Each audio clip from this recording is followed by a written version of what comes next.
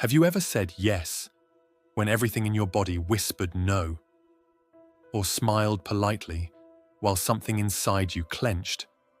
Or laughed off a comment that actually hurt, just to avoid being seen as too sensitive? That is self-betrayal, and most people don't even know they're doing it. Not because they're broken, but because at some point, they learned that it's safer to be liked than to be real. So today, we're not here to point fingers at the version of you that stayed silent. We're here to understand why, and more importantly, how to stop leaving yourself behind. What self-betrayal really looks like. Self-betrayal doesn't always look dramatic. It's not just quitting your dream or staying in a bad relationship. Sometimes it's quiet. It looks like pretending to be okay so others don't feel uncomfortable, saying I'm fine when your chest is heavy, over-apologizing for things that weren't your fault, taking on one more task just to prove you're good. It's in those tiny moments when you abandon your truth to keep the peace. But that peace is always external. Internally, you're in a war you're too tired to name. The invisible mask. There are people who always show up for others. They never say no, they never complain. They're the strong ones, the easy ones, the ones everyone depends on. But behind closed doors, they're falling apart. They lie awake, wondering why they feel resentful, why they feel tired, even when life looks fine. It's not depression, it's disconnection. They've become so used to suppressing what they want. They forgot how to recognize it. They don't even remember what their voice sounds like anymore, because it was never safe to use it. Where self-betrayal begins, self-betrayal doesn't start in adulthood. It's not about bad choices. It's about survival. If you were raised in an environment where love was conditional, based on obedience, silence, or performance, you learned this early. To be accepted, you must shrink. Maybe you were told, don't be so dramatic. Stop crying or I'll give you something to cry about. You're too sensitive. So you adapted. You became the easy child, the quiet friend, the one who always made others comfortable. But in doing that, you learned to abandon parts of yourself, not because you wanted to, but because it felt safer than rejection.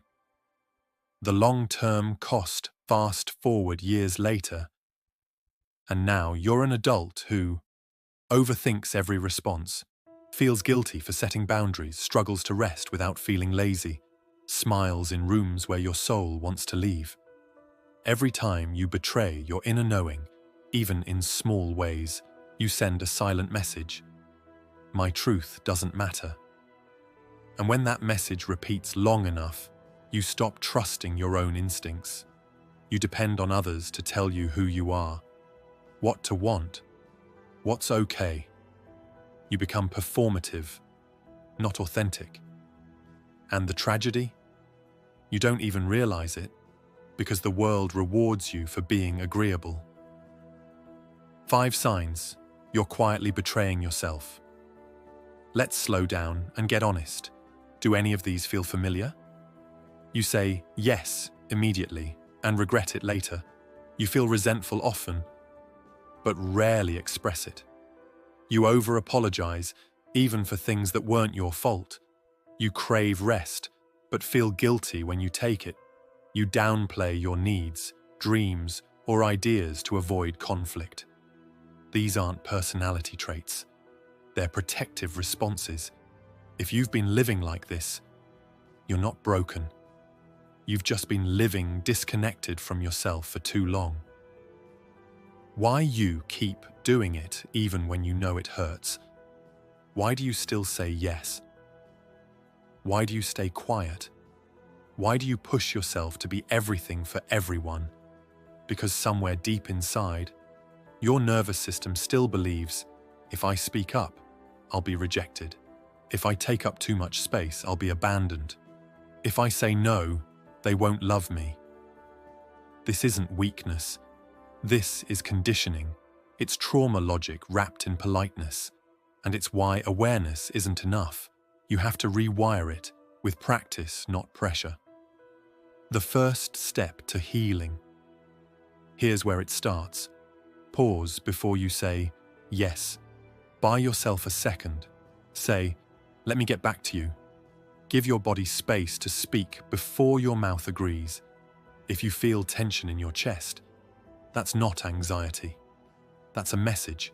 If you feel heat in your throat, that's a boundary you're about to cross. Start listening to those cues, not overriding them. Give your truth a voice.